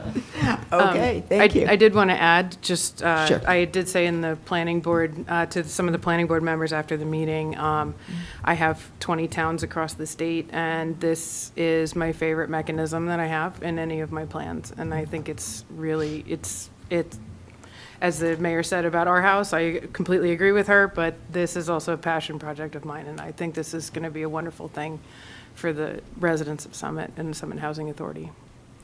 Thank you. All in favor? Aye. Any opposed? Okay, Councilmember Crisafulli. Thank you, Council President. Ooh, and it's not about affordable housing. Closer to my world, the environment. Resolution 12416 declares a vacancy of a shade tree unit maintenance worker at the Department of Public Works. I move to adopt the resolution. Second. Do we have any comments from members of the public? Any comments from members of council? No, I will just note, I've recently been informed, we think shade tree, but it's really, these folks maintain all of our parks and a lot of our public spaces. So it's more than just, trimming our trees.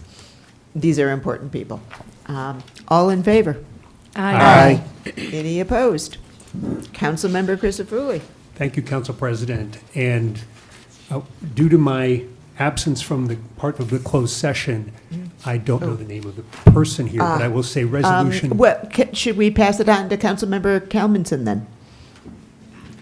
This is resolution 12430 to appoint a member of the Summit Free Market Steering Committee as per the closed session discussion. Yes, and per closed session, Lori Ruffolo will be appointed to the Summit Free Market.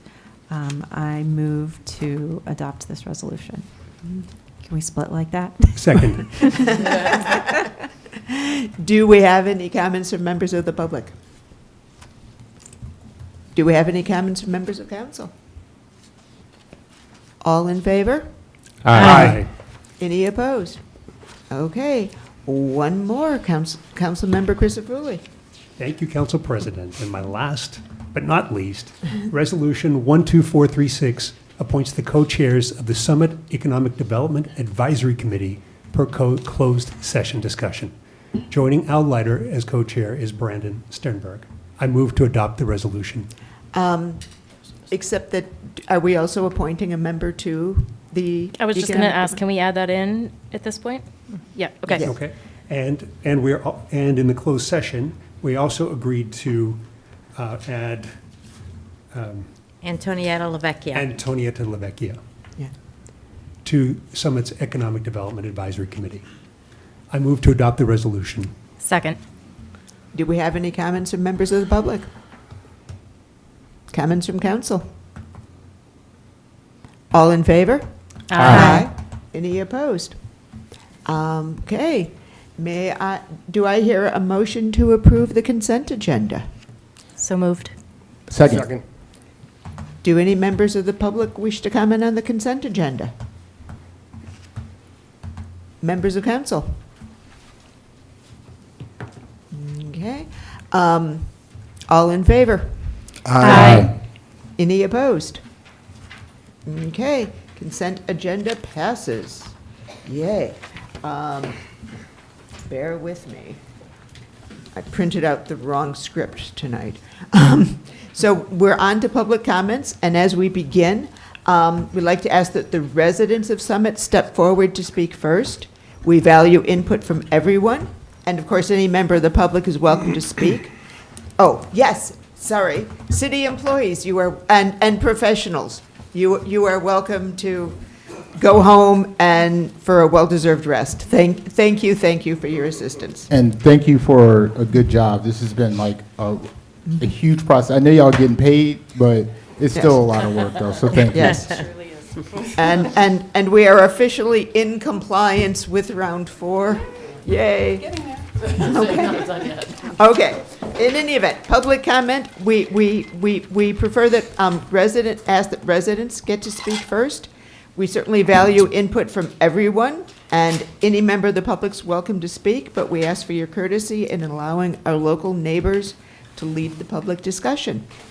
So, is there anyone from the public, any residents who would like to make a comment? Mr. Hoyk. Diego Hoyk, Argyle Court. Quick thing.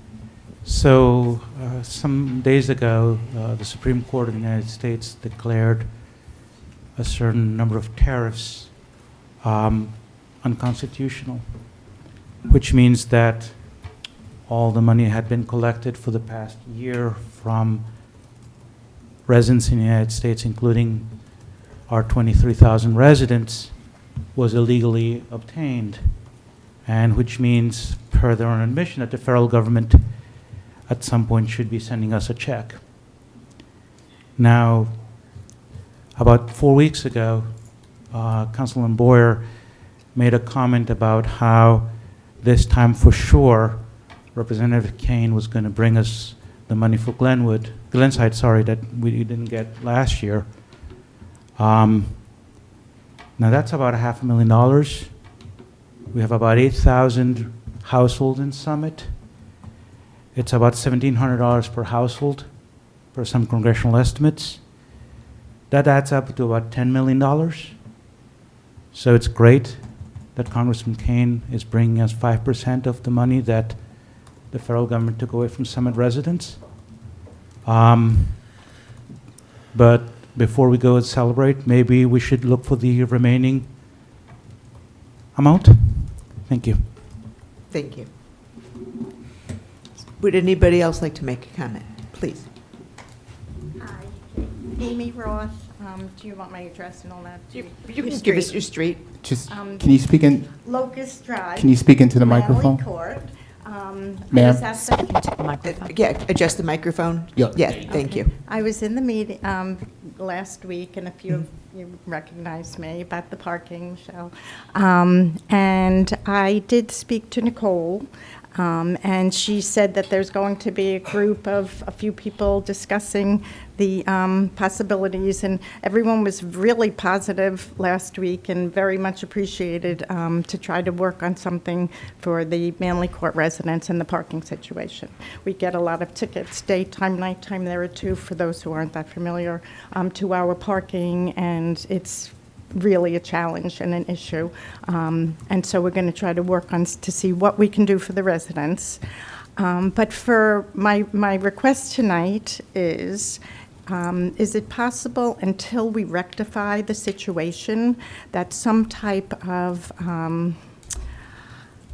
hold can be put on ticketing until we do? Can, on the streets that Locust, George, New England, and Springfield Avenue, where it's pretty much a daily thing. We go out and we say, oh, that one got a ticket, that one. Can we suspend that? The parking department who are giving the tickets, the police who do, I think they do the night ones, the police. So suspend it until we can kind of figure out what to do and how to work through this issue. Thank you. Yeah. Can I get a response? Or Were we going to respond after all of public comment? Yeah, or now? typically we respond at the end. Oh, okay. Thank you. Yeah.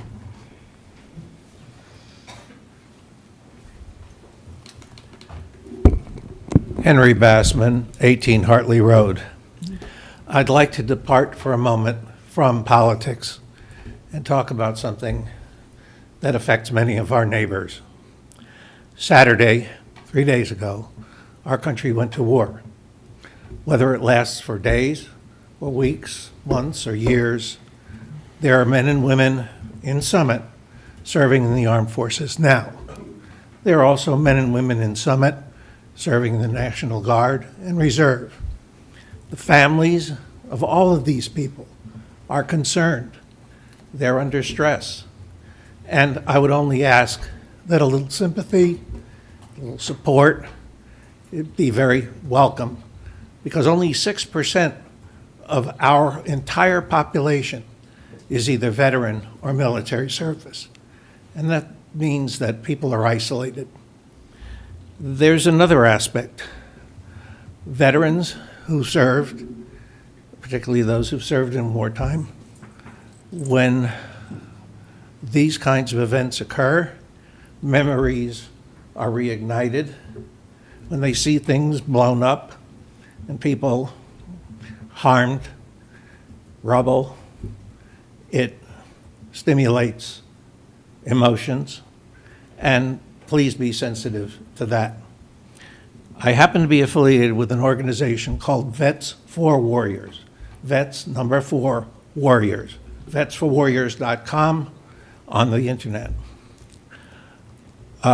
It's a 24-hour-a-day, 365-day-a-year in-call service or chat for active duty military, veterans,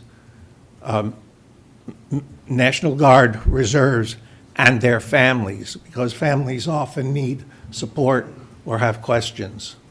The number to call is 855-838-8255.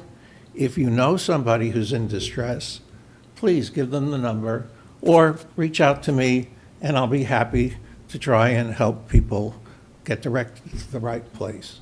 I think it's very important. Thank you. Thank you.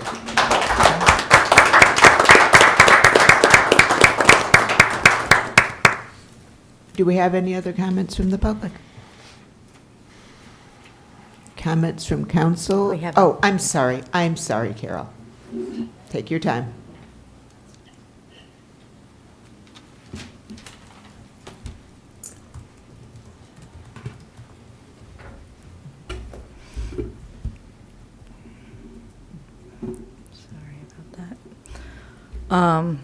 Dr. Carol Pack-Tang, 234 Summit Avenue.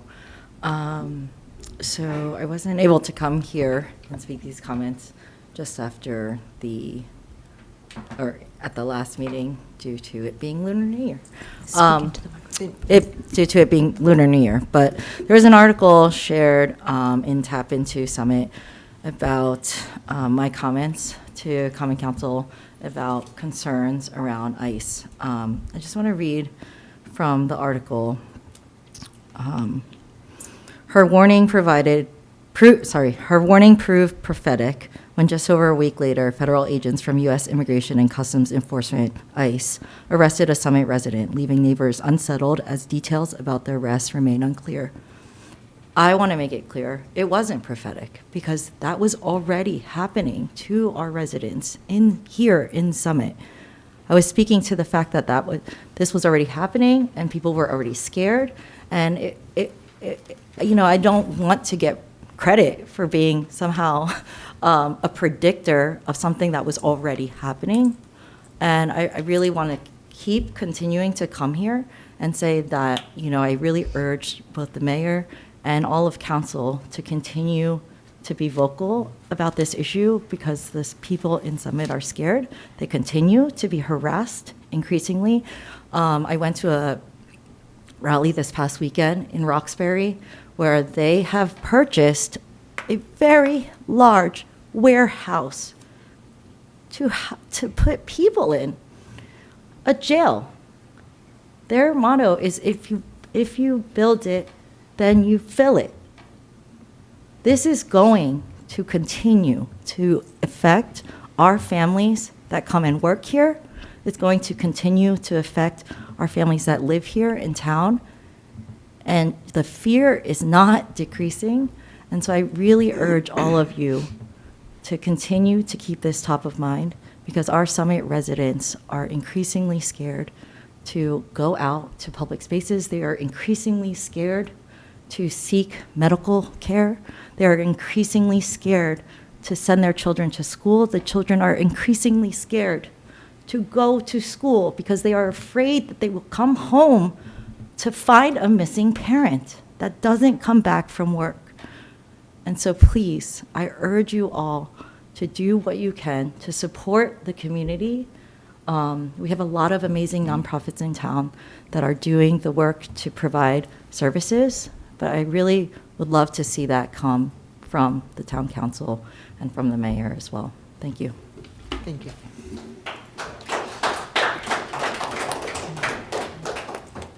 Anybody else? Okay. Comments from council, and I'm going to ask you to kick it off. Councilmember Kalmanson.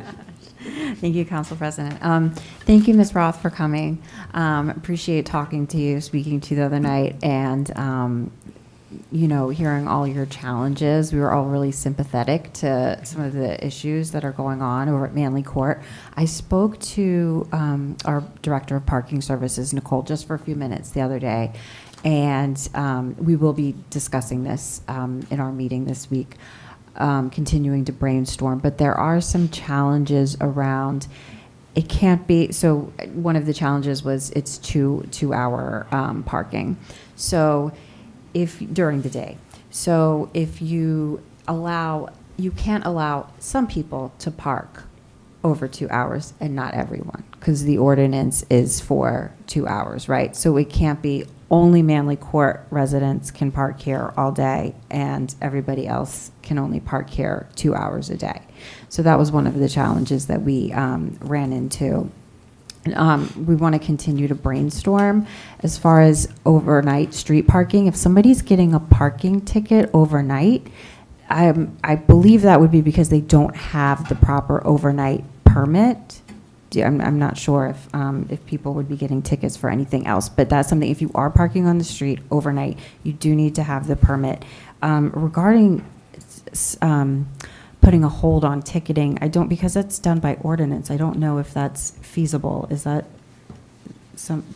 sorry, does anybody, I don't think that's something we could feasibly do. To do what? I'm sorry. Ms. Roth was asking, okay. To suspend ticketing? Yeah. For, I don't, yeah, okay. So I don't think, I'm sorry, the answer is no, we can't do that. But we're going to try to brainstorm a little more in our meeting on Thursday, and we'll definitely keep you in the loop and get more information from you and see what we can do to try to help you and the other residents in the apartment complex. And please, you have my email, so please continue to reach out to me. Okay. But you did start by saying the 2-hour parking is an issue, and that's really. Probably don't want the back. I'm sorry. I'm sorry. We can't do the back and forth at a council meeting. Urge you to speak with Councilmember Kalmanson separately. I will, yeah, if I could just expand on that a little bit. I know we don't usually do the back and forth, but it's something that came up. If we took away the 2-hour, parking, people could park there all day, and then anybody could park there all day. People could park there all day and go to the train, which I think would be like a worse situation, right? Because then you might not be able to get a space out there at all. So that was just one of the things. But we can continue this dialogue if over email or over the phone. Thank you. Any Yeah, well, let's please take this out of chambers. I'm sorry, I don't want to appear cold-hearted, but we're governed by Robert's Rules of Orders, and we've got to follow them. Do I have comments from other members of council? Councilmember Pulowski. So a few minutes ago, I made I made a statement, which is repetitive of statements that I've made in the past, about the affordable housing legislation and why we're in the position that we are. So to respond to my friend Diego, my statement was not highly partisan. The facts are highly partisan.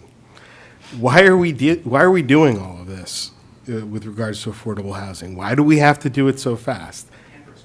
It's because a supermajority of Democrats in Trenton passed new legislation mandating it. How many Republicans voted for it?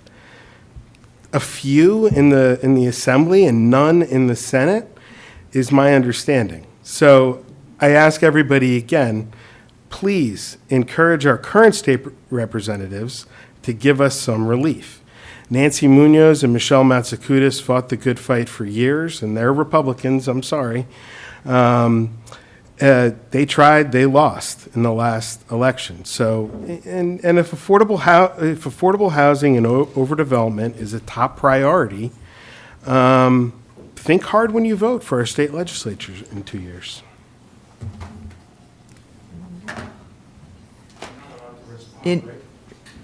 Council President? No. Councilmember Landman. Thank you, Council President. So one of my roles on council is also to be a member of the Board of School Estimate. Quiet, please.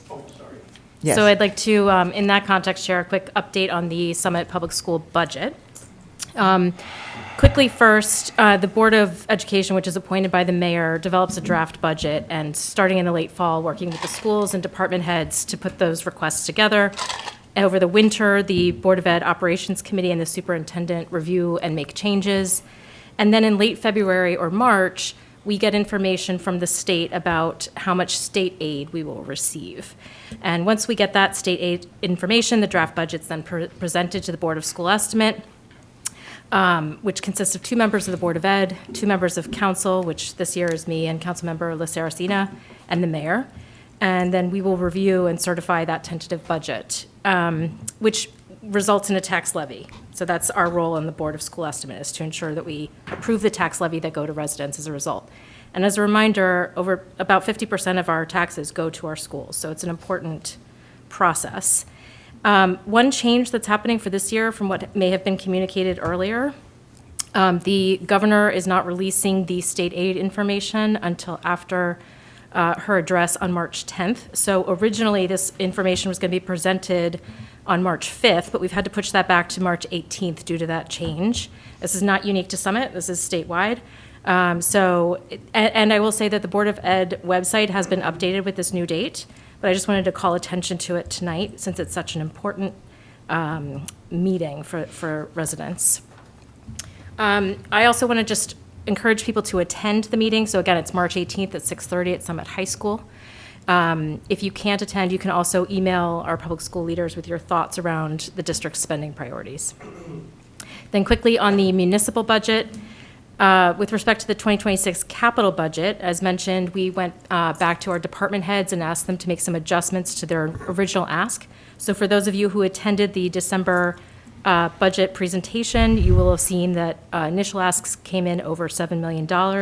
We have reduced those to about $5.4 million at this point. And again, we are focused on critical needs for this year and deferring our nice-to-haves into future years.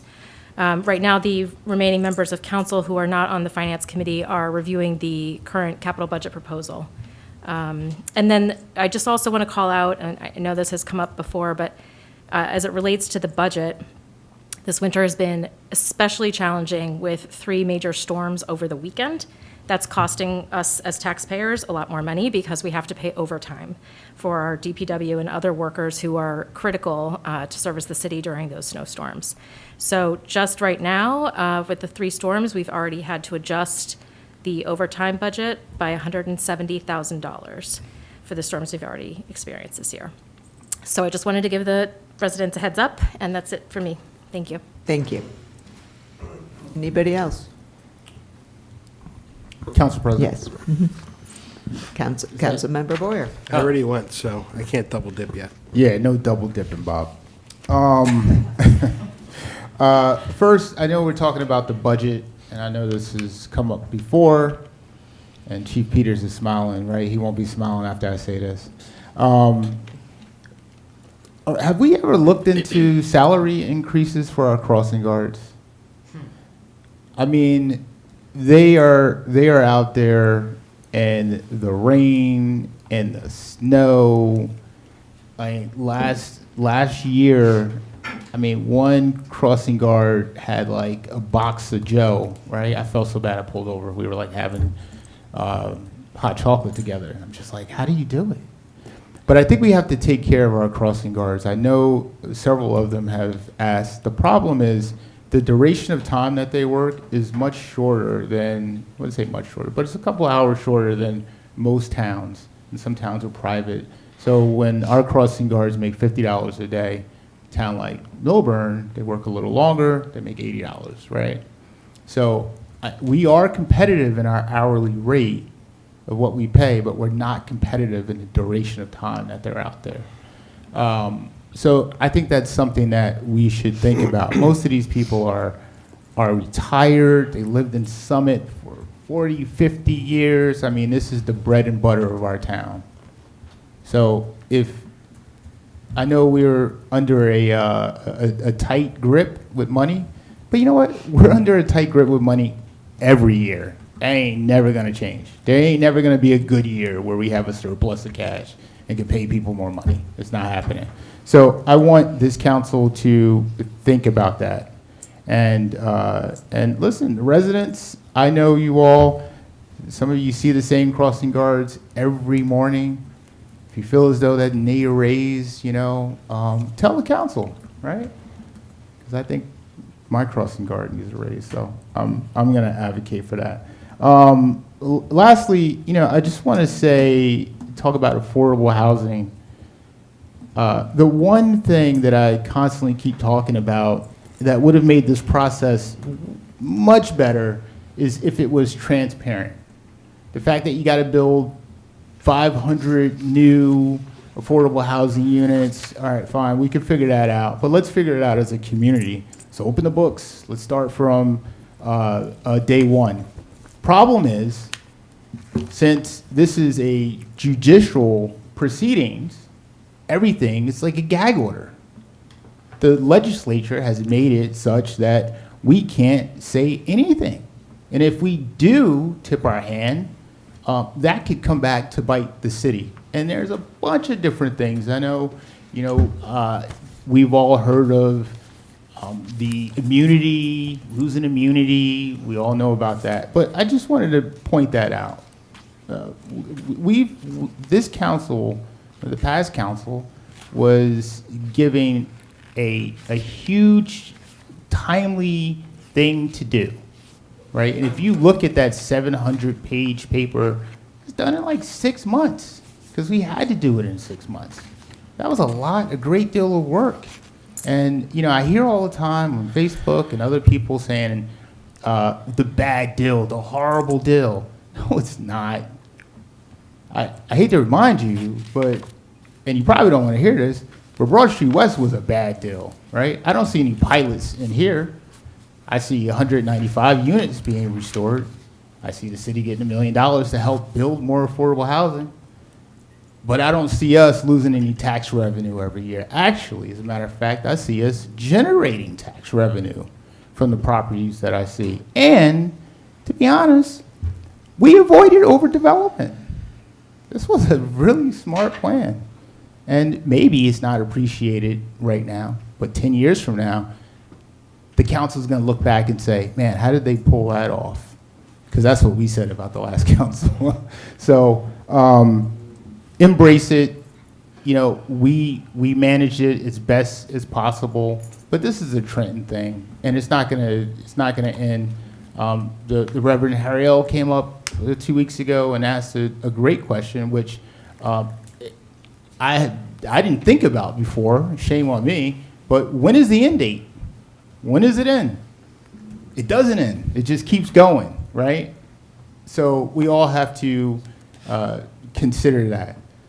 Last but not least, we're moving forward with the park line. I provided that information a couple of weeks ago. I know the chief and probably the police will let you know when they're removing the bridges. So I'm very excited about that. Had our first rent commission meeting yesterday. Went really well.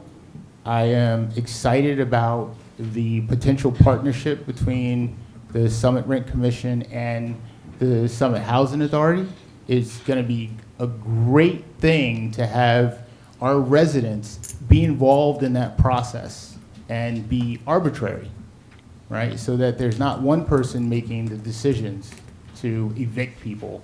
So it goes to the community of these smart people to help move this process along. And that is all I have. Thank you. Thank you. Anybody else? Council President. Yes, Councilmember Luceracine. Thank you, Council President. Put myself on the clock here. I first, on the municipal budget, just want to commend City Administrator Baldwin, our Director of Finance, Jennifer Kobliska, and Finance Chair, Councilwoman Landman. They've led an excellent process in developing the municipal budget to ensure that we are honoring our obligation to be excellent stewards of the taxpayer funds, and as Councilwoman Landman said, to prioritize needs over wants, and this year in particular, and we have some significant headwinds that we are facing in the municipal budget. So look forward to advancing that along. On affordable housing, in brief, I will reserve my own comment about the plan that this council is charged with administering. But I will reiterate that the legitimate concerns and questions that we are hearing from our neighbors across town, again, are not falling on deaf ears. So we appreciate you bringing those forward, and we will certainly take them into account as we are working in these early stages to implement the plan that was adopted by the prior council. And then I would hope that it goes without saying, but regardless of what may have happened in Trenton, for Summit, the buck stops here, right? We are accountable to the community to do our very best to implement the plan that has been adopted, and that is what we're going to do. Last month, we celebrated Kindness Month in February. The last week was my most favorite week. It was to thank a teacher. At the last Board of Ed meeting, our wonderful National Merit Scholars at the high school shared a treasured book and a note of gratitude with a special teacher. It's a beautiful tradition in Summit. This week, several of us had the opportunity to read in classrooms as we celebrated Read Across America Week. I read Founding Mothers, a book by Cokie Roberts with a 5th grade class at Franklin, and we learned about remarkable women like Phyllis Wheatley and Mercy Otis Warren, who contributed to the founding of our nation. It is a joy to be in our public schools in Summit. There are so many wonderful things going on. Summit is an education town, and we will continue to invest in the excellence of our public education program and the success of our students. We are also now in March celebrating Employee Appreciation Month. More information will come, but if you would like to share a note of gratitude with a particular member of our wonderful city staff or a team, even if you don't know their name, we will route it. You can email me, Jayla Saracena, at cityofsummit.org, and again, more information will be shared about this. But we encourage everyone to share notes of thanks with our wonderful city staff, because they really help ensure that Summit stays strong and gets even better. Thank you, Council President. Thank you. Okay, anybody else? I forgot my feel-good comments. Oh, I'm looking forward to those. So I went twice to see Big Fish at the high school. It was the spring production. So good, such a good story, and these kids do such a great job. I think that's the last show for the year, although maybe the middle school is going to have one. But I really encourage everybody to go out there. It was a fairly full house both nights when I went. But if you don't take advantage of this at some point in time, you're really missing out. So I don't know what they're going to put on in the fall. I'd love to see Much Ado About Nothing, but they did Shakespeare last year, so. I attended the Chinese American Youth Club, and I might not have that exactly right, their art show at the library this weekend, which was awesome. And I think we're going to have some more art to display on the way in here. I gave them that option.